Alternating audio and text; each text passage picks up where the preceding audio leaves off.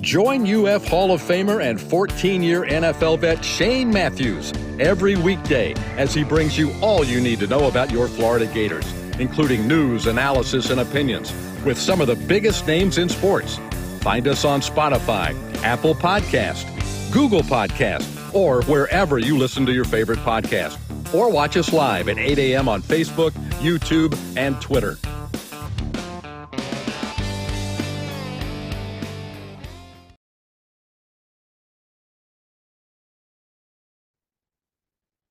Well, happy Halloween to you, baby. October 31st, Florida-Georgia weekend, or Georgia-Florida, depending on your perspective. Come on, gang. There it is. It's going to be Georgia-Florida coming up soon with a game coming to Atlanta in 2026 and in Tampa in 2027.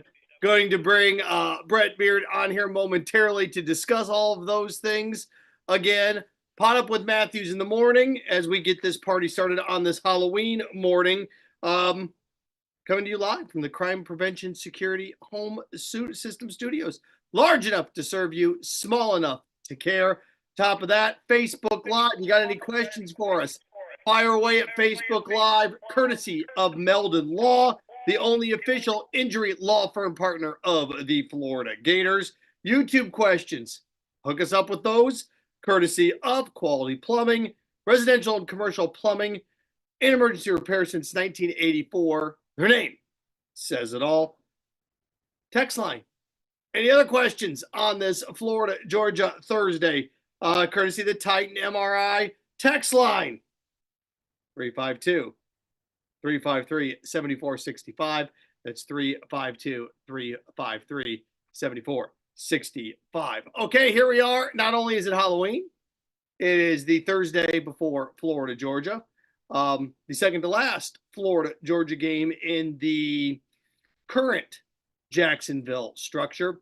And this is the big news that broke after or at the end of PodUp with Matthews in the morning on Wednesday, that it's going on the road to Atlanta, Mercedes-Benz, and then down to Ray J in 2027 as City of Jacksonville starts to reduce capacity at the bank to begin their close to $1.6 billion renovation when it's all said and done, and usher in a new era, the stadium of the future, as they say. Brent Beaird enters stage right at this point. Brent, you and I have been to, bud, how long have we been going to these suckers? I know I covered 6 on the Georgia side when I lived up there, and I believe this is my 10th here. 5 in Jacksonville, 5 in Gainesville. Now, good God, time is a mother. So I look at it from this perspective. It's a done deal now at this point. It's a good deal. I know some people wanted home and homes. And I understand why they want that, because they have the nostalgia of 30 years ago when it was a home and home, when they updated the Gator Bowl at the time, Brent. But let's face it, this is not a 1994 and 1995 economy anymore. And the fact of the matter is, these teams make more money when it's on a neutral site than when it's a home and home. Brent Beaird, welcome into the fray on this Halloween. Well, happy Halloween to you and all the listeners and viewers. I've got the opportunity and looking forward to it, to taking my 10-year-old granddaughter out tonight. She is dressing up as a traffic cone, an orange cone with, it looks like a candy corn, but it's a traffic cone with a with kind of a square in the middle of it. And if you Gainesville probably is similar, but anywhere you go in Jacksonville right now, there's a traffic cone or a Bob's Barricade barrel. So that would be appropriate. So we will look forward to that. But Seth, good to be back on with you. Thank you for helping us again. And yes, this was the story of the day around here. We knew this was coming. It was just a matter of time before it was going to be official. And look, this is the biggest event in this city the whole year. And there's really nothing even close.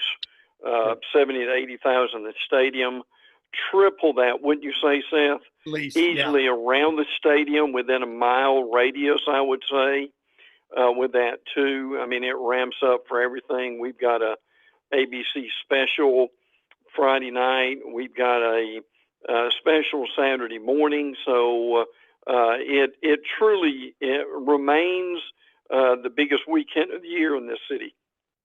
You know, it's interesting, and Dan Bond chimes in already, courtesy of Meldon Law. His 38th out of 40th Florida UGA game. Go ahead and drop those. How many is this going to be for you? That'd be pretty cool to put that together on the line, at least on our Facebook and our YouTube line, how many you've been to. You know, Brett, it is special, and this is it. I am now in my mid 40s, and there are certain things that I'm extremely nostalgic about, but I'm also realistic. And money makes the world go round, right? I'm not nostalgic about my television set or computer. I want the most innovative, up-to-date, fastest phone that I can get my hands on, price be willing, right? But there are certain things that, you know, have disappeared. In college football, whether it's the individual trophies like Floyd of Rossdale, right? That's a little pig, or Paul Bunyan's ask, or axe. Just there's different cool things.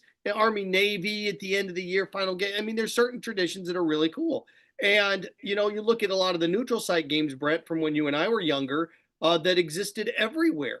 Let's face it, and I try to explain to the generation of students I teach, it's not called the Iron Bowl for fun. It was because it was Birmingham, where it was wrought iron and iron structure, and that's why it was the Iron Bowl. People think, oh, it's because it's hardcore. Well, no, it's different. No, it's not why it was called that. But that neutral site game, gone. You can go up and down the list of the ones that have disappeared over time that were a neutral sites game. Arkansas LSU for the longest time was like Little Rock, right? So, Brett, I take a step back in this, and Texas, Oklahoma, still at the fairgrounds, pretty cool. I like that tradition that you have there. Army Navy, whether it's in New York or Philadelphia or Baltimore, neutral site, really cool. I know there's a couple other ones out there as well.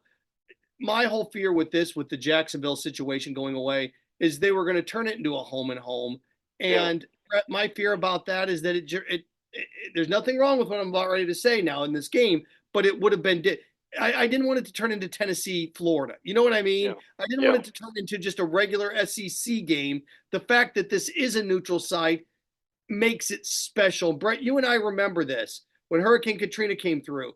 The Sugar Bowl is New Orleans. But when we were really little, it was Tulane Stadium, New Orleans, before it was the Super Bowl, or Superdome, excuse me. Then it was in Atlanta for a year. But the core of that game is the Superdome in New Orleans. So I'm glad they're keeping it on a neutral site. I'm glad it's 50-50, because, Brent, the one thing about this game every year, and the pageantry and cocktail party and all of those things, is that it truly feels like a major bowl game or even a championship game. Yes, and oftentimes there is a lot riding on this game. The neutral site part is important. 50-50 is important. And Seth, I know some people have written this, and I would agree with it, that they were purposeful in having the game in Atlanta and having the game in Tampa instead of in Gainesville and in Athens. But because if the game would have gone home and home over this 2-year period, there would have been a lot of, well, since it's home, we like it here, let's just keep it here. But that's not the reality of it, too. And I'll give you a quote here from the Times-Union this morning. Georgia currently makes about $6 million more over a 2-year period playing in Jacksonville rather than home and home. And Billy Napier was quoted as saying, I think the neutral site will present those same revenue opportunities, and that's ultimately why the decision was made. So, and you alluded to this a few minutes ago, and I would be very interested to see what the terms are going to be. And people miss that sometimes. You can make an insane amount of money in a neutral site game. and that's the reason that they are still played. And there is absolutely no reason in this era of needing revenue streams. Frankly, a game like this, Seth, it is almost a no-brainer. And look, I didn't buy for 1 minute Kirby Smart saying it hurt recruiting for Georgia. Absolutely, it did not hurt recruiting for Georgia. Georgia is either 1, 2, or 3 every year in recruiting in the rankings. Them playing a game in Jacksonville had absolutely nothing to do with their recruiting. Yeah, Brett, 4 of the last 16 national championships come out of this rivalry? Yeah, just killing recruiting. Yeah, I mean, it's one of these things too that, look, I understand why seeing the game in Gainesville or in Athens was of interest to the fan bases. But if everybody loves, and this is what I think is fascinating about this particular scenario, Brett, the one thing that we can talk about with college football more so than any other sport are the traditions, more than college basketball, even more than the NFL in terms of traditions. And having it in Athens and in Gainesville flies in the face of that. It would have been. I know they did it 30 years ago, but again, you mentioned the payout, and I went through and looked at this, and you talk about how much money each school makes. When it's a neutral site game, yeah, you make more money for a home game than you do initially a neutral site game, but not every single year. When you start to stockpile the years, let's say this is an example, and I was crunching the numbers on this. Florida makes $4 million for a home game when it's all said and done, 4.5 million, and you make 3.5 million for the neutral site game. All right, so that 1 year you're going to make more for the home game, but the next year you're on the road, so you're making $7 million every 2 years as opposed to 4 million every 2 years. Over a decade, man, you're talking about 13, 14 extra $1 million all said and done. And that's nothing to laugh at. Remember, we were talking about this with conference payouts, and a school from the SEC or Big Ten makes 10 million, 11 million, 12 million more than the ACC. We could just make up that with boosters.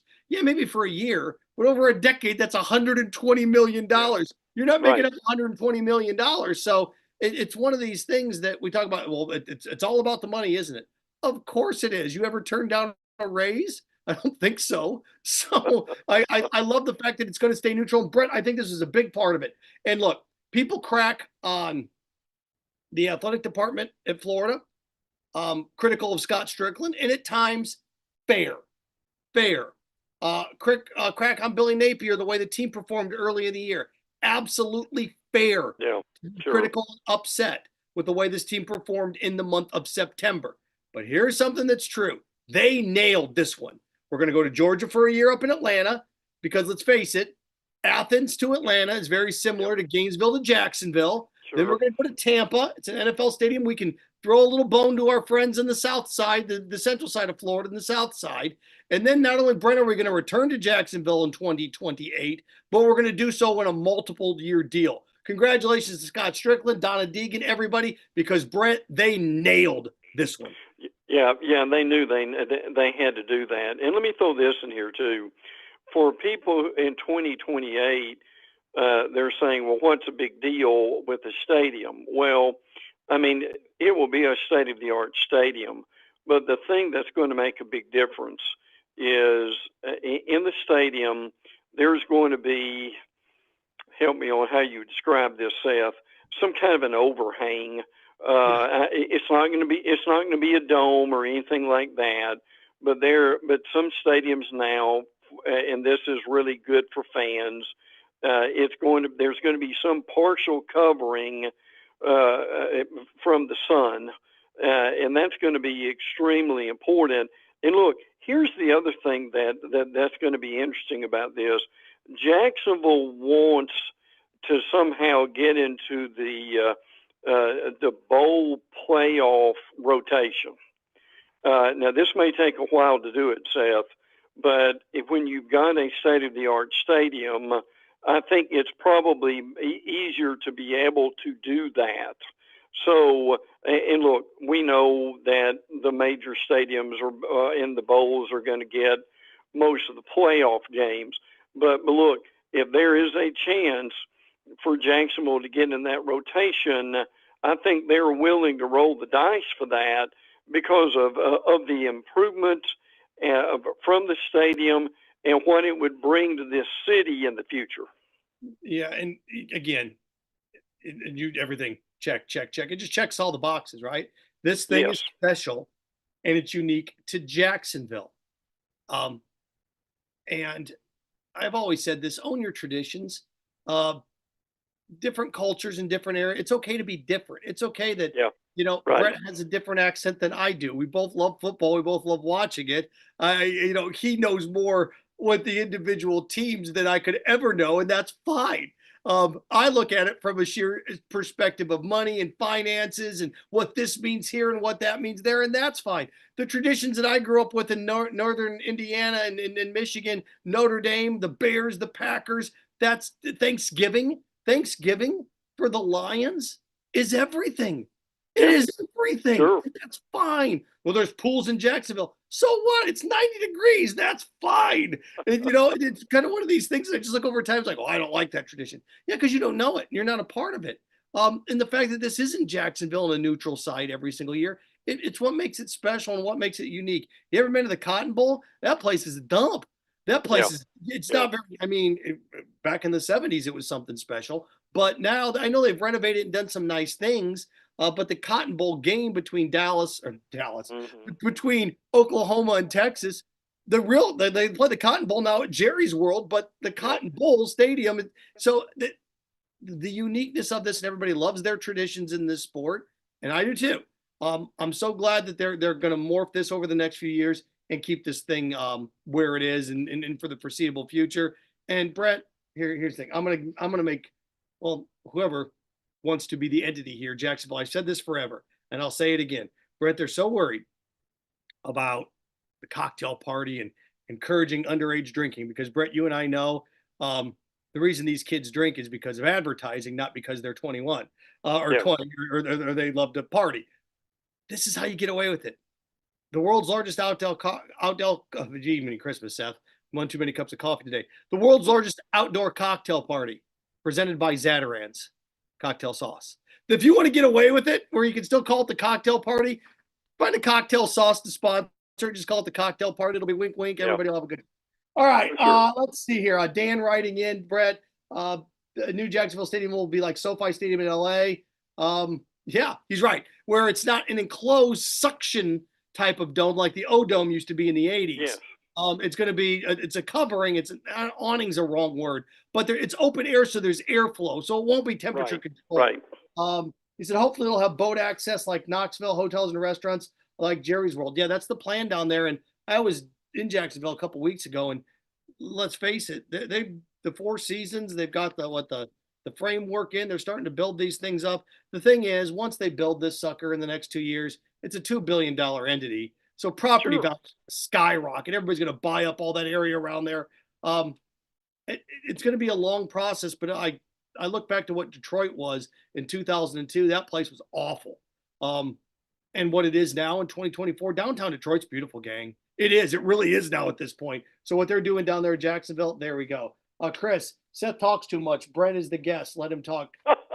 Brent, is it okay? Aw. There's people mad at me no matter what, Brent. They're mad at me no matter what. All right, I got some more questions I'm going to fire your way. Let's see here.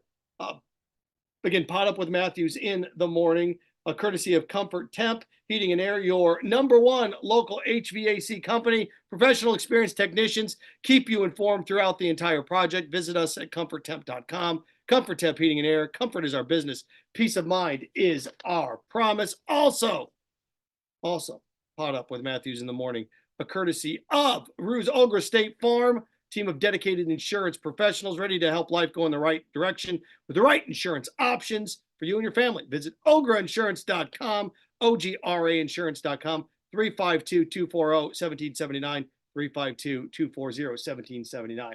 Brett, before we get to this individual game, something that I think is fascinating. I did my podcast the other day and I was diving into things, and I found this out. Oregon, you would agree with me, right? Oregon's the best team in the Big Ten. Yes. Yeah. Yes. BYU, first place, undefeated. Best team in the Big 12 right now. Yeah. Miami, undefeated. Best team in the ACC right now. Right. Texas A&M undefeated in the conference, but in first place in the SEC. Of those four teams, they have 16 games left. One against a ranked team. It's Texas A&M and Texas. Of the top four teams in the conference, in major conference college football right now, Brett, 16 games left. One ranked game. What do you make of that? It's amazing how the schedule has fallen at this point. But we've got teams that we have. One of the great things, there's several things about the expanded playoff, is the interest that certain. Look, I don't know if you've heard from buddies up in Indiana, but I can assure you right now. Now look, and this may not last, okay? But for now, Indiana's 13th in the country. They're undefeated. Signetti's done an amazing job in a lot of ways. But Seth, aren't we talking about teams at this point that we normally would not be talking about? Because when you've got a 12-team playoff, you've got 20 to 25 teams that are really interested and hang on to every play compared to what we had with the 14 playoff, where we had maybe 8 to 10 at the most. It's amazing how the interest is ramped up, has it not? What you've done is it's not the same as baseball when it added the wild card, because baseball's popularity has drifted, but Indiana would be Ohio. They'd have to beat Ohio State. They'd have to go undefeated, Brett. They'd have to. Pitt, I mean, let's face it. In the 70s and 80s, Pitt football was a big deal. Pitt's undefeated, and they're down there, like 18th? Yeah. It brings in so many debates. And I was even having this one with the students the other day, I have them put together their shows. If Florida goes and no, this wouldn't happen. If Florida runs the table, should they make the playoff? They'd have 3 top 5 wins. Now, the likelihood of that happening, slim to none, but sure. You never debate whether a 3-loss team deserved a shot at the national title. But now that enters the chat when it comes to all of these things. So, Indiana football, this is an exciting thing for them. Brett, just like we thought, Indiana and Oregon for the Big Ten title in Indianapolis. Yeah. Brett, you could have SMU versus Miami for the ACC championship in Charlotte. It's amazing. And how about this one? Well, you are going to get one of these. Iowa State versus BYU for the Big 12 title in Dallas. I keep looking at these and I'm saying to myself, oh my! And then let's not forget, you could end up with Texas A&M versus Tennessee for the SEC championship in Atlanta. I don't know where we go along the path here, Brett, of the most unlikeliest things that are going to occur in college football history. But this season is one that should silence every critic about how conference expansion is bad for the sport, because it's extremely enjoyable. Well, and it's not ended yet either. We're going to add more teams. And again, what we need to mention, we have 12 teams involved in the playoff this year. That's for 24 and 25. Beginning in 26, Seth, we're going to have we're going to 12 to either 14 or 16. Yeah. Because that is what the 2 biggest commissioners, and Tony Petitti from the Big Ten, and also Greg Sankey from the SEC, that's what they want. And that's where we're heading. And the money, again, I'm sorry we come back to this all the time, but it's just the reality of it is the money is just going to be absolutely incredible. And look, here's another thing that's happened with this. You've got now this sounds strange, but it's actually true. You've got teams, Seth, that actually don't want to play in their conference championship game because of the concern, okay, if we lose, does that mean we would be either out of the playoffs, or if we don't go, we would have another week to heal up and prepare for the playoffs? So the reality of this is our thought process with the playoff right now. This is all new. We've never gone through this before. So we're thinking different things now than has ever happened in the past, and that's fascinating. You're right, because there's scenario, and I'll give you one that could very easily play out. Let's say you have this may be a weird example, but let's say you have one loss A&M versus one loss Georgia, right? For the SEC championship, and Georgia beats them, and then all of a sudden you have 10-2 Alabama sitting there lurking, or you have 10-2 Alabama lurking, and now you have A&M. Will they put Alabama in as the 10 or 11 instead of a 2-loss A&M?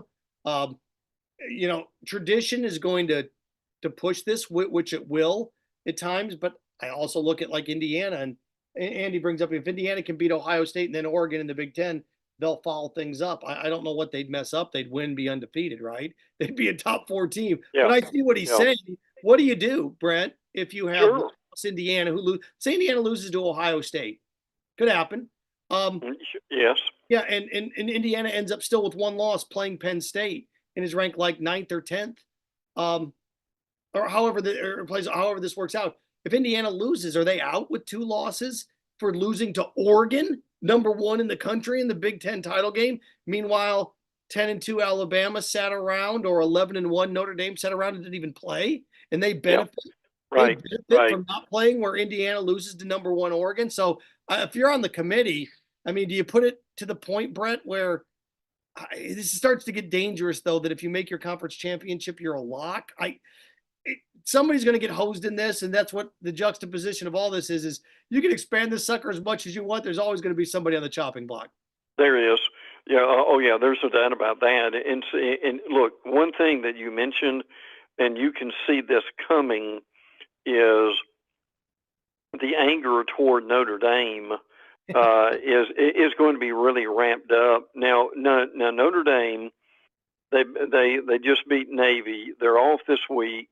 They've got, ironically enough, Florida State, Virginia, Army, and Southern Cal. Well, the incredible thing is Notre Dame's probably only chance to lose is going to be against Army, not Southern Cal. Southern Cal is in a deep dive right now, going in the opposite way. But to your point, what we're going to have here is you're going to have Notre Dame taking someone's spot possibly in the playoffs, and the argument's going to be, and it's frankly justified, is, well, Notre Dame really didn't play anybody. And there would be a lot of truth to that. Now, look, they did play A&M, they did play Louisville, and so you've got some different arguments there. But we're going to see this, aren't we? There are going to be some big brand name teams who are going to get in the playoffs, be accused of getting there because of their political clout and because of their brand over some other deserving teams. We can see some of this coming now, and Notre Dame very well may be in the center of it. Yeah, it happens in college basketball too, right? Where we see seeding based on region, right? You'll see Kentucky, Indianapolis, or you'll see the Carolinas. Yeah, you're right. You Duke and the teams that you see. Yeah, it's going to happen here too. Where you're going to see it is the 8, 9, 10, 7 games, Brett. There's where you're going to see it, because there's no way Boise State's going to be the 8 and Penn State's going to Boise State. Right. Boise's going to be the 9 and Boise will have to go to Penn State. There's where you can start to cry foul when you start. It'll be 10, 7 and 8, 9. Because what's the difference between 8 and 9? What's the difference between 10 and 9? Yeah. I mean, right. Asa, let Brett speak. It's Florida Georgia weekend. Asa, shut up. All right, we're sitting here talking. You guys are just pouting. If you don't like me, that's fine. Brett and I have got the clock counter here. You guys aren't talking about Florida Georgia. We spent the first 25 minutes of the podcast on the new stadium and the new deal. Quit complaining. All right, actually, you can complain all you want, but I mean, don't lie. You can say what you want, just don't lie. That's all I ask. Brent Beaird with us here. Seth Harp. Harp on Sports, PodUp with Matthews in the morning. Brought to you in part by Florida Victorious, proud NIL partner of the Florida Gators. join today, help make Florida victorious. All right, I've got some more questions for Brent. I know we just talked about the college football playoff, the structure of this, the major conference layout. I mentioned Florida with 3 losses. If they run the table, could they find a way in? This game in particular this weekend, what it means to Billy Napier, what it means to Kirby Smart, and also there's other big ones out there too inside of the SEC. We dive into all of that next. You're listening to a special Halloween edition of PodUp with Matthews in the morning. We want to take this moment to thank our sponsors who keep the show going and pay the bills. Our premium sponsors are Campus USA Credit Union, Crime Prevention Security, Dave & Buster's, Meldon Law, QC Kinetics, Titan MRI, UF Health Orthopedics and Sports Medicine Institute.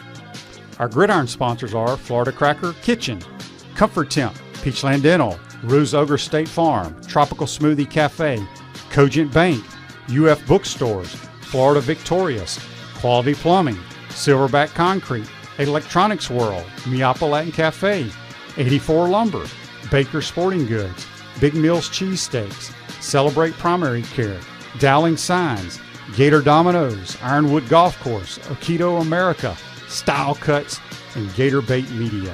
Watch and listen to us live on Facebook and YouTube. Listen to the podcast whenever on Apple Podcasts, Spotify, Google Podcasts, or any of the 39 platforms where you listen to your favorite podcast. Remember to like, follow, and subscribe so you don't miss an episode. To become a sponsor, call Freddie at 352-284-3733. Pro football legend Emmitt Smith understands your joint pain. It does not surprise me that there are a ton of people out there that's in pain. That's why Emmitt is such a proponent of QC Kinetics, offering real lasting joint pain relief with non-surgical, all-natural biologic treatments. Whether it's a joint pain, ankle pain, shoulder pain, neck pain, back pain, hip pain, any kind of pain, the body eventually will break down when it's under that much stress. That stress can cloud your judgment to the point that you'll just say yes to the scalpel or yes to another prescription of pain pills. But maybe it's time for a second opinion from QC Kinetics. The reason why I would recommend this is because the natural biologics that QC Kinetics is providing you gives your body a chance to naturally heal itself. Restorative, regenerative solutions are here. Get lasting relief and live your life. Call QC Kinetics, 352-400-4550. That's 352-400-4550. QC Kinetics, 352-400-4550.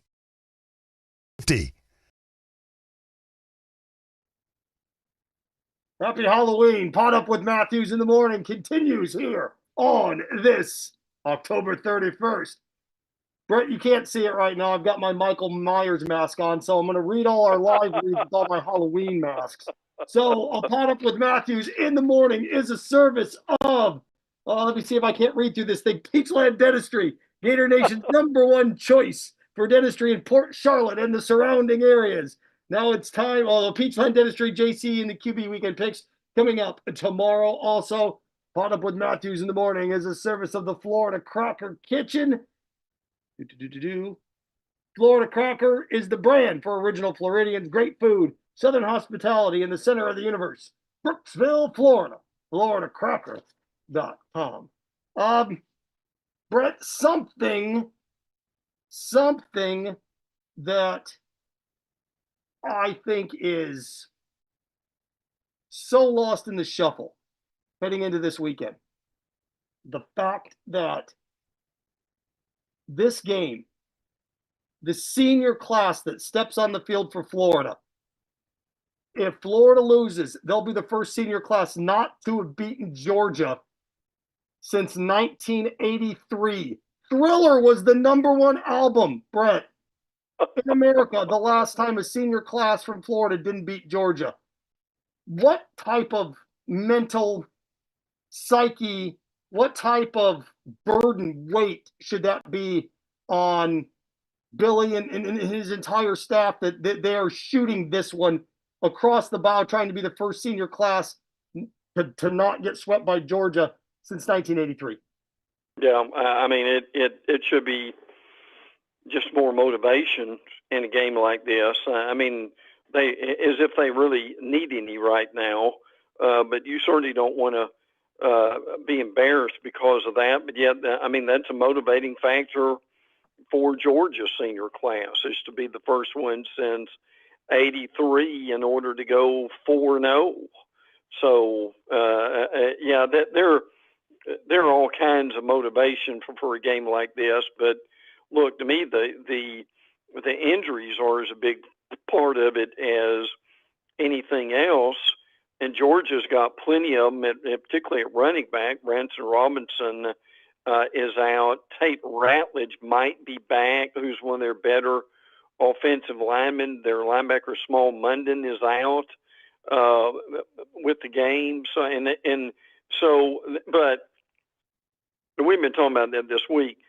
Look, this is a very good Georgia team. Is it as good as the Georgia teams over the last couple of years?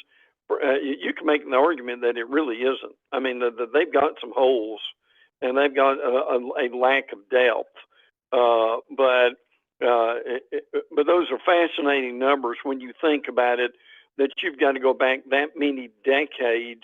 And it does show you, and I know this is kind of a streaky series at times, but at least it seems like, and I'd be curious about this, what that's telling us then, if they hadn't been 4-0 since '83, of course, the Georgia senior class, is what that means is Florida's able to win every 4 years, every 3 years, or whatever, and that's what keeps a rivalry a rivalry. Is you don't have these streaks of 10 in a row or something of that nature. So that's something even more that makes this rivalry special. PodUp with Matthews in the morning. Seth Harp for Shane Matthews, Brent Beaird with us here on this Thursday.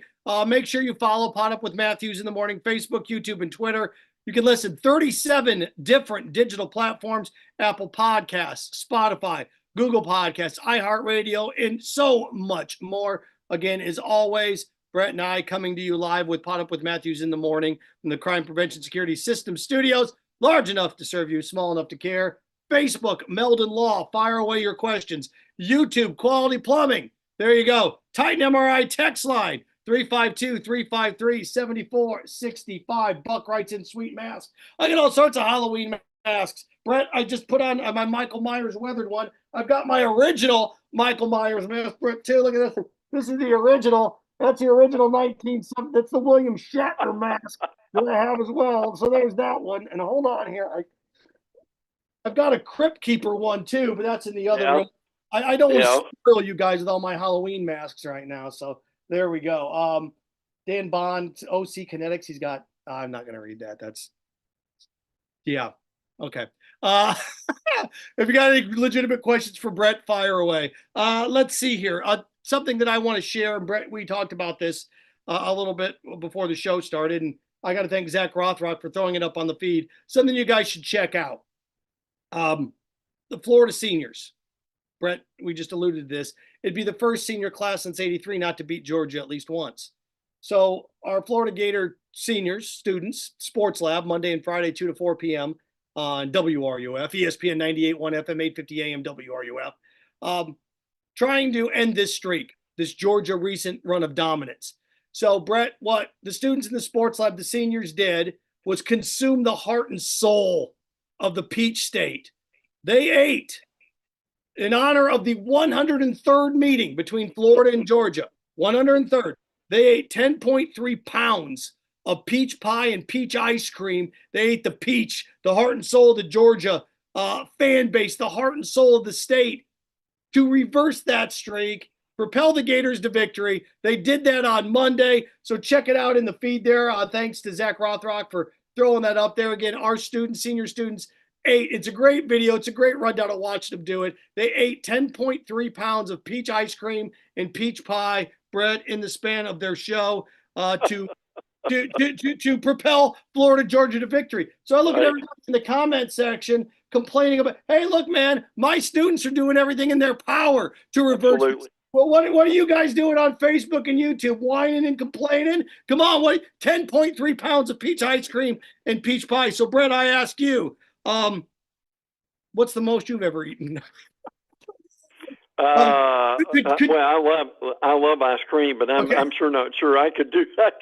I'm sure the custodial staff really appreciated that too, didn't they, Seth? Oh, it was so funny because as they're eating this and they're, okay, well, this is what we're doing. We're going to reverse this. We're going to senior class. We're going to help the team here. It was fascinating because I had people coming in. We had people coming in like, hey, man, can I have a piece of that pie? It's like, no, no. Like, why are you eating peaches? Because it's Georgia. Oh, well, I don't. It's fun. Capital F. They're doing their part. Look. There's no reason ever really to wear a tie. What's the purpose? It's the way you look, though, right? I've got over 400 of them, Brent. It's just part of the ensemble. It's part of the ensemble. There's no reason for carpeting under the seats of your car. Yeah.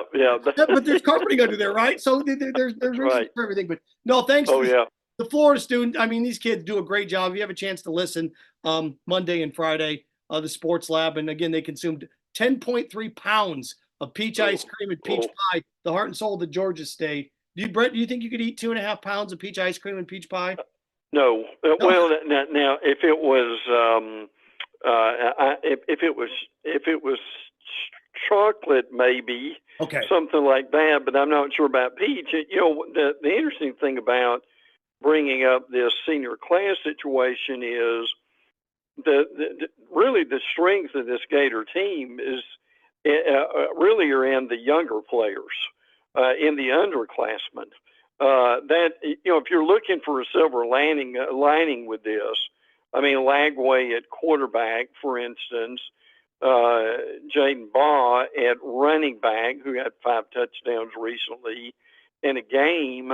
I appreciate the seniors and the upperclassmen and what they do, but to me, Seth, that's the strength of Florida, and the future and the recruiting is what would make people excited.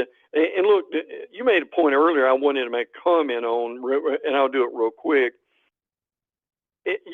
Can Florida run the table? Well, anything's possible. Is it likely? Probably not, but because you've got a situation here, Georgia, Texas, LSU, and Ole Miss. I mean, who in the world in college football could do that? But I will say this: if Florida did that, the committee may not agree, but to me, it would be hard. And this committee, a big thing for them is strength of schedule. Yeah. If Florida, if Florida had 3 losses, ran the table on the rest of it, in my opinion, it frankly, Seth, it'd be hard to keep Florida out of the playoff, because that's the thing they want you to do, right? Mm-hmm. Is to play a strong schedule. Florida's played a brutal schedule, and to me, they have an incredible argument to be in.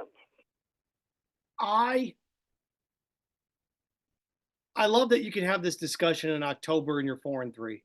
Isn't that the truth? In years past, you'd be like, oh, let's do it. Brett, you know what the discussion today would be? And in years past, now, like, well, Florida's got this opportunity in front of them to do this in recruiting. The discussion today would be like, man, do you think we can get to Shreveport for the Independence Bowl? Or do you think maybe to Birmingham? Maybe if lightning strikes, we can end up in Gainesville for the Jacksonville for the Gator Bowl. Yeah, there you go. A good question. Chris Burnett writes in. I got some good people out here. Chris West. This comes from Chris Burnett because I think it's important this week because there was such after the Miami game, Billy fired. Boosters have got $30 million in cash ready to go.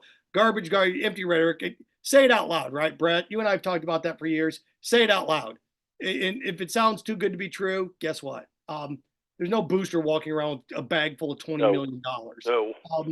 Sorry, no. That's not how billionaires and millionaires act. So after the first game, it's like, Billy's going to get fired. Lane Kiffin's coming in. And you and I both said this. I remember you and I saying, can we play the season out a little bit? See how this plays out. Here we are at 4-3. This is a good question for Brett. Do you know where the powers that be sit regarding Napier's future? How does this game factor into that? Brent, I think you'll agree with me 100%. Florida wins, discussion over. Well, it would either be over or really close. Yeah, absolutely. And look, I think it would be. Now, the thing I hear is how important it's going to be for Florida to be competitive in this game. You and I have been in some recent Florida-Georgia games where it was over halftime. Really don't need that in this situation. Look, I don't think any decision's been made. I think they're at this point they're letting this play out, which frankly is really the only thing you can do. And I'll throw another caveat in here. Right now we've got an Ole Miss team that frankly is struggling, and particularly I never thought we'd say this, but they're struggling offensively. Ole Miss right now is better defensively than they are offensively. Jackson Dart is having some struggles. Trey Harris, their best wide receiver, is not on the field. They're struggling to run the football. So my point is, look, if this doesn't mean Lane Kiffin can't coach, but my point in this is sometimes the guys you think that, well, they're just slam dunks and they'll come because in the first place we thought Ole Miss was going to the playoffs. And that is very much in doubt right now. And look, they've got a huge game this weekend that people need to pay attention to. They go to Arkansas, Seth, and that's no slam dunk from the way they played to beat Arkansas. Isn't it funny, the two coaches that were on the biggest hot seat in this conference at the beginning of the year? Yes. What? Napier and Arkansas. With wins, Sam Pittman and Billy Napier with wins this weekend they're both 5-3, aren't they? Yeah. And look, that'd be amazing for and frankly, it's a bigger miracle for Arkansas to be talking about a bowl game than it is just about any team right now in the SEC, because Pittman was on every list for the coach on the hot seat. He was number one. Yeah. It's good stuff. Brent Beaird, Seth Harp with you here on this Thursday. Happy Halloween to you. PodUp with Matthews in the morning. Courtesy of Florida Victorious. Proud NIL partner of the Florida Gators, joined today and help make Florida victorious. Let's see here. Asa Smith writes in, if Billy loses this game, he's done. And we stop talking about keeping him around Mr. 14 and 17. I don't know. That's not, I don't know what that means, but did you guys know what that means? Anyway, I do know this, though. If he loses this weekend, he's not done. If Georgia kicks a field goal to beat him as time expires, he's not done. If he wins, Billy's not going anywhere if he wins. He's not. That's cemented. If he loses, then that brings things into the equation. But Brett, the way this team has played, down the stretch we come, 5 games, right? Yes. Down the stretch we come, 5 games. The way this team has played, here's what the expectations could and probably should be. Competitive against Georgia into the fourth quarter. Right. Push Texas, but lose by double digits. Should be able to beat LSU, Ole Miss, or both at home. Beat Florida State. The expectations should be the rest of the way. Brett, don't you think 3-2 down the stretch, the way this team has played, could happen? It very well might, because LSU and Ole Miss, particularly Ole Miss, they have shown some struggles. Look, I get the question, and I get the overall record. Absolutely understand all that. I mean, the Georgia game will be a factor. It will be a part of the equation. It's not going to settle things. Now, sort of what they don't need would be a similar situation where they had with A&M and Miami, to where they really weren't competitive. But look, I talk to Florida fans all the time, whether it's in the gym or at church or at Publix. And the thing they tell me more than anything else is what we wanted at the beginning of the season is to see this team improve going in November. Well, to Seth's point, we're seeing that. They've got good quarterback play. These underclassmen are stepping up. The defense has made substantial improvement. Look, are they where they want to be? No. But all this stuff will be taken into consideration. But if you're a Gator fan, and I've heard it from many of them, they do think this team is playing better, and that does make a difference. He is Brent Beaird. I am Seth Harp. This is PodUp with Matthews in the morning. PodUp with Matthews in the morning is a courtesy of make sure I get all this stuff correctly. Quality Plumbing. Quality plumbing, residential and commercial plumbing services and emergency repair since 1984. Our name says it all. Also, Comfort Temp Heating and Air, your number one HVAC company. Professional experienced technicians keep you informed throughout the entire project. Visit them at comforttemp.com. That's comforttemp.com. This day in sports history, brought to you by Campus USA Credit Union. Put some star power in your financial life with Campus USA Credit Union. Brent, I don't really have, in particular on this day, we have Cy Young Award winners, and because let's face it, the World Series used to end in October, not in November. Well, it ended in October this year too. First ever Monday night game for the Indianapolis Colts, 36 years ago today. Also, Tom Seaver won the Cy Young Award 51 years ago today. This day in sports history, Brent, is a great day for you and me and all of us because the Yankees lost the World Series, Brent. And anytime the New York Yankees lose, it's a good day for America and the rest of the world. It doesn't matter what happens on Election Day coming up, Brent, on Tuesday, because last night at 11:51 p.m., you know who won? All of America. Dodgers in 5. Hallelujah. Well, now, and I'll be honest with you, though, as a Braves fan, I have no love for the Dodgers either. And look, the most disappointed people last night were TV executives because they wanted that thing to go to 7, didn't they, Seth? Oh God! Well, you're sitting there thinking in the math. You're like, okay, well, as long as you can get one Friday night, right? If you can get a game Friday night, yes. You're Saturday night, you're going to be competing against major. But I'm sitting there looking at like college football games. After Florida, Georgia, we're going to take Kentucky, Tennessee. But contractually, if there's a game 7, we're an ESPN affiliate, ESPN Radio. Kentucky, Tennessee would have gotten bumped. We'd had game 7 of the World Series. So there at 8, 9 o'clock at night, it doesn't really. I shouldn't say make that much of a difference, but you're starting to lay those things out. Now, I do know this. We're going to have Lightning Hockey on the radio Friday night now that there's no game 5. But next week, I've got a mess in my hands trying to figure out games. And you and I will hash that out in the press box on Saturday about what I should carry because I got like 4 options, and I'm not sure which one to carry after the Texas game. But I do know this. I do know that, and I'm going to pivot here pretty quickly, that this is the best chance Florida's had to win this game since 2020. Mm-hmm. I do know that this team has gotten better each and every week. I also know that Billy has struggled in key moments in big games with time management, clock management at the end of the half, and just not being sharp and fast, quick to the draw. A little bit less like Les Miles, Brent, in those situations. Yeah. Oh, yeah. How much do you think at the end of the day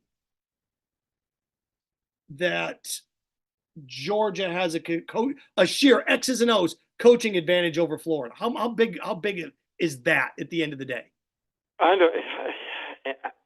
Well, I mean, Kirby just been I mean, it means something. The bigger thing is Georgia just has better players. Yeah. I mean, to me, that's the bottom line. I mean, they've had, and this is not Billy's fault, but Kirby's been in his job longer.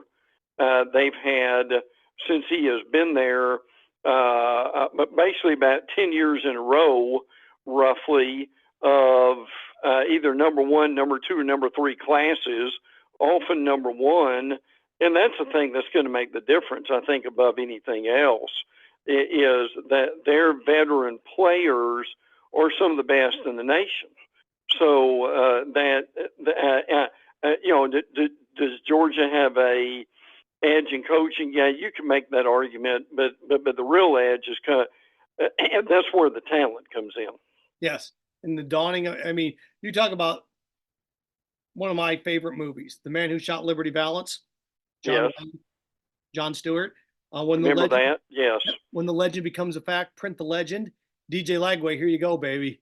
I mean, you could secure your spot in the Florida Georgia. Oh, absolutely. You go in there and you take that as a freshman, you're going to pretty much lock that sucker up. I know we got to get running here. I got to get running. I got to go Pilates to do. Look, I got my Nightmare on Elm Street 3 T-shirt on, Brent. I'm ready for Halloween. Brett's going to be dressing up as Handsome this year. I'm going to be dressing up as Debonair. I got to go do my Pilates. Anissa and the crew there at Firefly Studios. Look, I'm a physical specimen. Also, I got one more mask to put on, Brent, before we wrap up. The Scream mask. I'm going to put this sucker on. Your prediction, Brent, for this weekend. What do you expect? I think it's going to be competitive. I could see 35-24 Georgia. And it may be a situation where Georgia scores later to give them somewhat of a cushion. So I think it will be competitive. It should be a great weekend here in Jacksonville. He is Brent Beaird. I am Seth Harp. This is PodUp with Matthews in the morning. Need to thank everybody involved with this sucker up and down the list. Zach Rothrock, Freddie Wiebe, of course, Brent early here on this Thursday morning, as he always does, swinging on, laying out the groundwork. Any big upsets? You see anything happening this weekend? I know we have, I know we have a couple out there that are lurking. Ohio State, Penn State is obviously the huge one. And look, these are, and Seth, and we're going into this later, two coaches who really struggle to win big games with Ohio State and Penn State too. Yeah. I mean, Ryan Day. Look, who needs it more, Ryan Day or James Franklin? Yeah. I mean, that both of them. Yep, absolutely. I got to thank Zach Rothrock, Freddie Wiebe, Shane Matthews, the entire gang. I know I'll be back tomorrow. Buck says 26-24 Florida. I'll give my prediction tomorrow on the show. Just know this, as I wrap up with this, I've gotten this game right with and against the spread 9 out of the last 10 years. Wow. Ooh, I'm like the Cal Ripken Jr. getting this game right, Brent. Every year, baby. Show up every day. Great job. As always, man, you're a font of football knowledge that I can only dream of. Brent, as always, and I say this as a dear friend, happy Halloween. Enjoy your time with the